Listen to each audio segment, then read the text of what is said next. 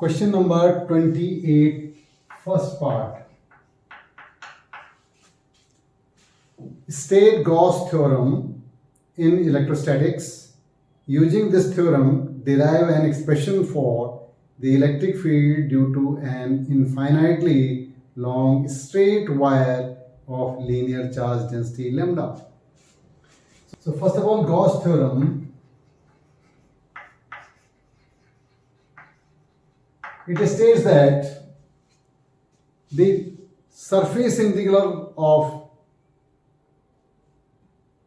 electric field over a closed surface or total flux linked through a closed surface is always equal to 1 upon epsilon naught times the total charge enclosed by the surface.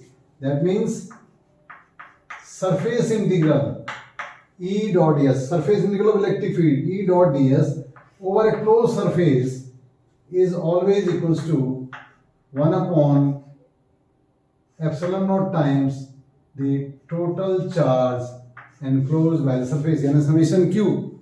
Book में आपका Q bye epsilon not लिखा होता है, वो एक ही मतलब है कि समेशन जो भी चार्जेस हैं इस सरफेस के अंदर एक Q1 है, Q2 है, Q3 है, तो इन सब का सम करना है, इसलिए वो समेशन लिखता हूं मैं.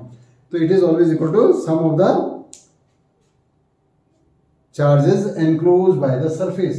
This is also written as sometimes flux phi equals to Q by epsilon naught. It is in the same statement. Now the second part of this is a part of this first part is we have to derive expression for electric field due to a straight long wire. So here it is a straight long wire and at a distance r we have to find the electric field. So we will consider Gaussian surface over here. So this is the Gaussian surface which is in the form of the cylinder. So cylindrical Gaussian surface we are considering, and this is positively charged. It is infinite. So the charge density is lambda. So if I consider this as dl length and this is the distance r, so here we will have three surfaces. This is ds1, ds2 and ds3. So this is ds2, let us call it ds3, and here it will be ds1, and the electric field is also in the same direction, E. So according to Gauss theorem,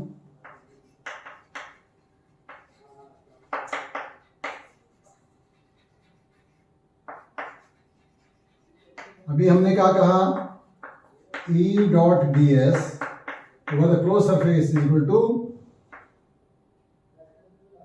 1 by epsilon naught times the total charge. So how much charge will be here? So the length is this. So that will be lambda dl.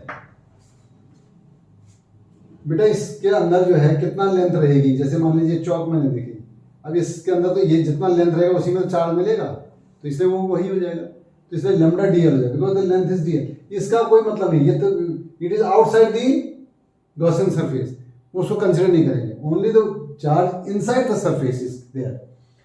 अब इसको E dot ds अगर हम ध्यान से देखें तो we are having here E dot ds1 plus E dot ds2 plus E dot ds3, and that is equals to 1 by epsilon naught lambda dl. The electric field is in all directions and will be the same. So here ds1, that means this curved surface area, and the curved surface area is always कितना होता है, curved surface area of the cylinder 2 pi RH. So E into 2 pi R, H is dl. Cos 0 plus E ds2 की value मैं लिखना नहीं चाहता क्योंकि पाई are square होगा, लेकिन यहां पर क्या है cos 90 plus E ds3 cos 90. उसको लिखने का जो यूज नहीं है। ये इलेक्ट्रिक फील्ड साइड में 90 डिग्री, इलेक्ट्रिक फील्ड इधर है 90 डिग्री, तो they will become zero and this is lambda dl by epsilon naught. So ये जीरो हो जाएगा, ये भी जीरो हो जाएगा, तो you will get E into 2 pi r dl cos 0 is 1 is equal to lambda dl upon epsilon naught। dl से dl cancel हो जाएगा, so we get E equals to lambda upon 2 pi epsilon naught r। So this is the electric field due to this straight charged wire, infinitely long wire।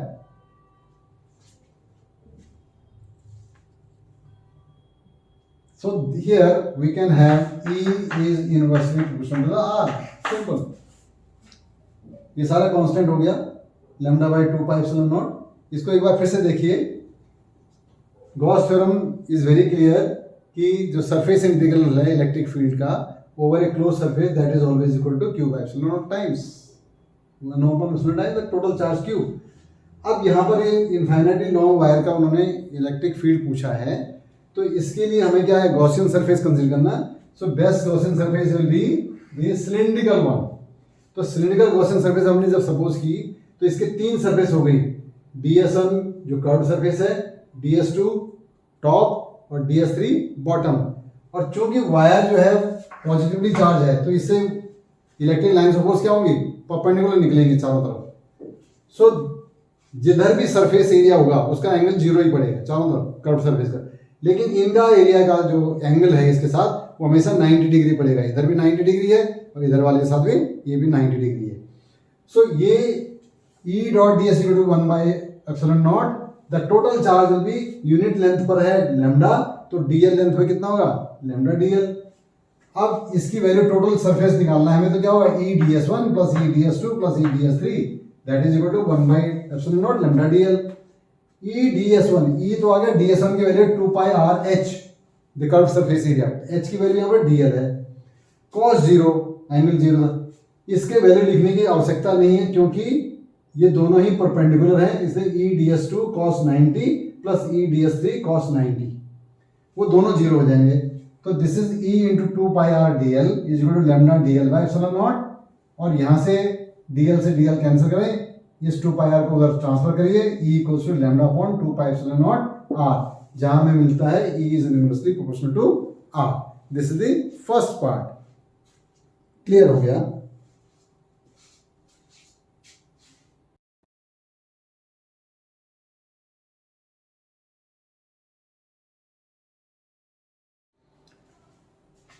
Now second part, 20th second part, this is the odd part.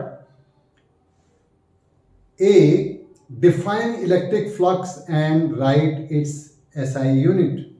B, use Gauss law to obtain the expression for the electric field due to uniformly charged infinite plane sheet of charge density sigma। तो B part कर लेंगे बाद में, पहले हम A part की बात करें।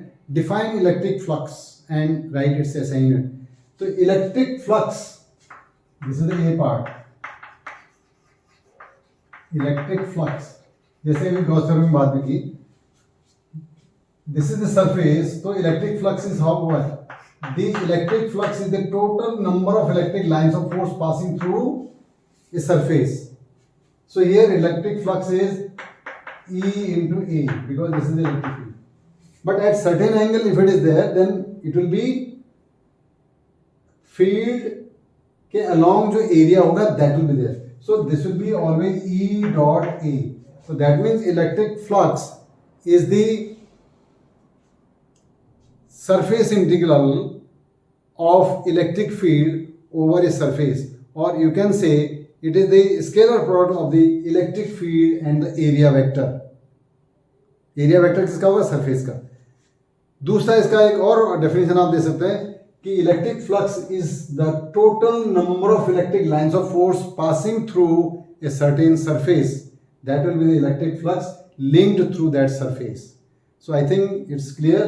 अब इसका यूनिट हमें ढूंढना है, तो इलेक्ट्रिक फ्लक्स का E इंटू एरिया हो गया, तो E क्या है, न्यूटन पर coulomb, because E is force upon charge, और उसके साथ एरिया कर दिया तो कितना हो गया metre square.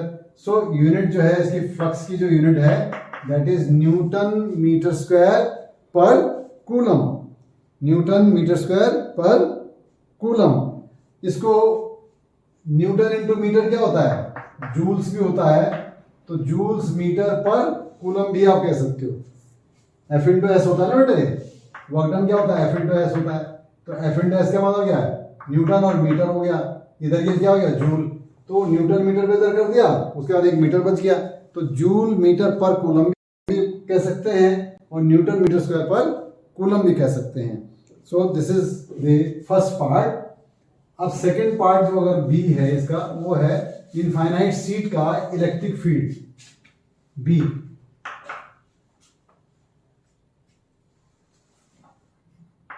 Electric field due to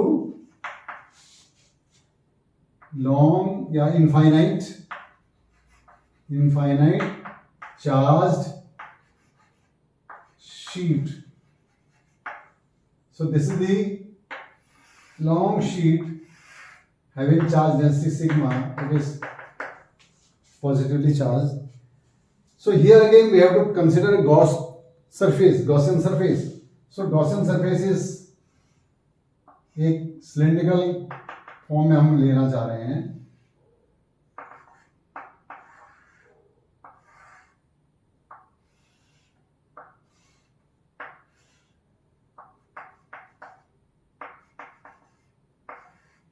तो ये गॉसियन सरफेस हो गया।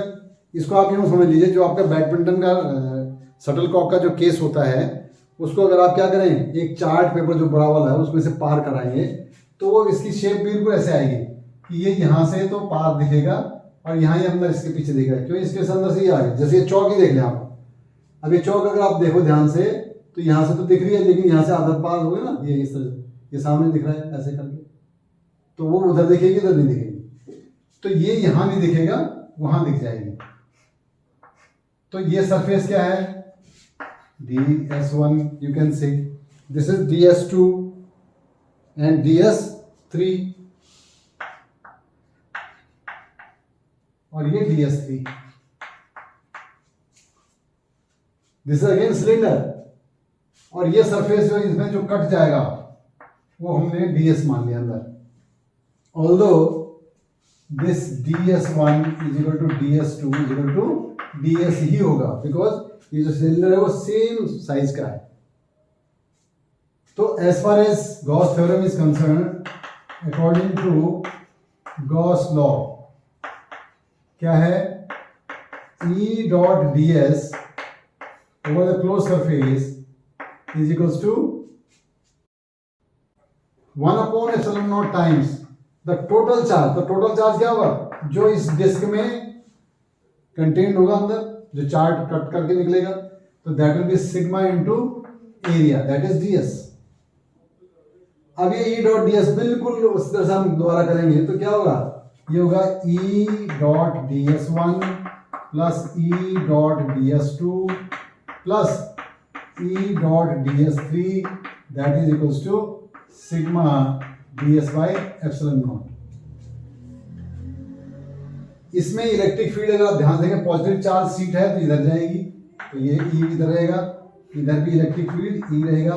और ये E1 E2 क्यों नहीं ले रहे हम, why this E is same, क्योंकि क्या होगा ये सीट अगर ऐसी है तो इसे लाइंस कैसे जाएंगी पैरेलल जाएंगी ना, और ये कैसा होता है इसको कहते हैं यूनिफॉर्म इलेक्ट्रिक फील्ड। तो uniform electric field means the value magnitude will remain same, direction इसकी इधर है उसकी उधर है, तो here it will be E ds1 cos 0 और यहां भी होगा E ds2 cos 0 प्लस इसमें क्या होगा E ds3 cos 90 and that will equal to sigma ds by epsilon naught. 90 क्यों है कि ये जो सीट है इसमें से यूं जा रही है इलेक्ट्रिक फील्ड और इस सरफेस का हमेशा क्या होगा आउटवर्ड होगा, स्पोक्स की तरह साइकिल के स्पोक्स जो होती हैं वो 90 डिग्री पड़ेगी। तो ये हो गया E ds1 plus E ds2 plus 0 is equal to sigma ds upon epsilon naught. Since ds1 is equal to ds2 is equal to ds, so it will be E ds plus E ds equals to sigma ds upon epsilon naught. So it will be 2E ds is equal to sigma ds upon epsilon naught. So ds will cancel out. So here we get E equals to sigma by 2 epsilon naught. So E will be equals to sigma by 2 epsilon naught. ये आपका electric field आ जाएगा. एक बार फिर से देखेंगे इसको, जिसमें चार्ज डेंसिटी है सिग्मा और ये पूरी सीट जो है इनफाइनाइटली लॉन्ग है, पॉजिटिव चार्ज है. तो let us consider a Gaussian surface. तो गॉसियन सरफेस हमने क्या किया, एक सिलेंडर की फॉर्म में कंसीडर किया. दिस इज, ये बिल्कुल उसी तरह से जैसे आपने देखा है कि बैडमिंटन का जो शटलकॉक आपको बताया था, उसको अगर एक चार्ट में से या कार्डशीट शीट पे से पार करके देखेंगे तो जितना एरिया यहाँ है उतना एरिया ये भी है, उतना एरिया इसमें से काट के निकलेगा सीट में से, तो वो एरिया इस सिलेंडर के अंदर रहेगा. तो this is the our Gaussian surface on which we are applying the Gauss theorem. दूसरी बात ये है कि यहाँ पर जो सरफेस है वो ds1, ये ds2 और ये सरफेस ds3 है. ये ds1, ds2 और ds तीनों ही बराबर होंगे, दे ऑल आर इक्वल. साथ में क्या है, the electric field is in this direction E and here also the electric field is E. Why this electric field is same, ये शीट है, इस शीट में से जो इलेक्ट्रिक लाइन फोर्स निकलेंगे वो कैसे निकलेंगे, इसकी तरफ निकलेंगे ऐसे बिल्कुल. तो all these will be parallel lines, चाहे इधर हो चाहे इधर हो. तो पैरेलल लाइंस को आपने देखा है कि कौन से इलेक्ट्रिक फील्ड को हम अप्लाई रिप्रेजेंट करते हैं, uniform electric field. So electric field is uniform means it is irrespective of the distance. Electric field अगर यूनिफॉर्म है तो यहाँ पर भी इलेक्ट्रिक फील्ड E है, यहाँ पर भी E है, तो इस सब रीजन में इलेक्ट्रिक फील्ड क्या रहेगा, सेम रहेगा, उसका मैग्नीट्यूड सेम है. तो यहाँ भी हमने इसीलिए E लिया, यहाँ भी E ले लिया. Now according to Gauss law, E dot ds over the closed surface is equal to 1 upon epsilon times the total charge. Total charge क्या होगा, यूनिट एरिया पर चार्ज है सिग्मा, तो ds एरिया पे चार्ज कितना हो जाएगा, yes sigma ds. Very good. तो अब इसमें E डॉट ds अगर हमें टोटल निकालना है तो क्या होगा, E dot ds1 plus E dot ds2 plus E dot ds3. अब ये क्या है, E dot ds1 cos 0 because the angle between these two is 0. Then E dot ds2 is मैंने E ds2 cos 0. और यहाँ पर ये हमेशा क्या रहेगा, 90 डिग्री. जैसे साइकिल की स्पोक्स होती हैं, तो इलेक्ट्रिक फील्ड इधर है और सरफेस क्या है, इसका सरफेस इधर होगा, इधर होगा, इधर होगा, आउटर स्पोक्स की तरफ होगा. तो that will be always, this curved surface will be perpendicular to the electric field. So this is E dot ds3 will be equal to E ds3 cos 90 and equal to sigma ds by epsilon. ये cos 90 से 0 हो जाएगा. So this will be E ds1, then it will be E ds2 plus 0 equals to sigma ds by epsilon naught. So E ds1 ds2 is same as ds. So we can write it E ds plus E ds equals to sigma ds by epsilon naught. So E ds plus E ds is 2 E ds equals to sigma ds by epsilon naught.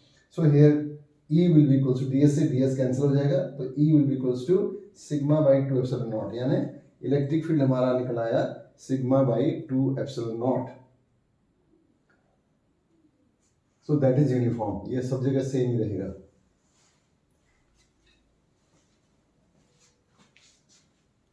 अब यहाँ पर तो question नहीं पूछा है, यहाँ तो आपका आंसर यहीं तक आ गया. लेकिन इन केस एग्जाम में मान लीजिए अगर यह है कि शीट इज थिक शीट, अगर शीट थिक हो जाएगी तो क्या करेंगे आप, तो यहां पर जो है ये थिक शीट है, तो this thick sheet will be considered as combination of two sheets. यानी एक सरफेस इसका इधर माना जाएगा, एक सरफेस इधर माना जाएगा. तो इस शीट की वजह से सिग्मा बाई 2 एप्सिलॉन होगा, दूसरी की वजह से सिग्मा एप्सिलॉन नॉट होगा. तो दोनों क्या होंगे, अगर इस साइड भी है तो वो एड ऑन होगा, इधर भी इसका एड ऑन होगा, इधर भी इसका होगा एड ऑन होगा. तो that time this E will be equals to sigma by 2 epsilon naught plus sigma by 2 epsilon naught, that is sigma by epsilon naught. तो उसमें सिग्मा बाई एप्सिलॉन नॉट आएगा just in case of the thick sheet. तो thick seed can be considered as a combination of two seeds. ये इस question का part नहीं है, ये आपको बताया कि हो सकता है इस तरह के क्वेश्चन आ जाए, तो then how to deal it.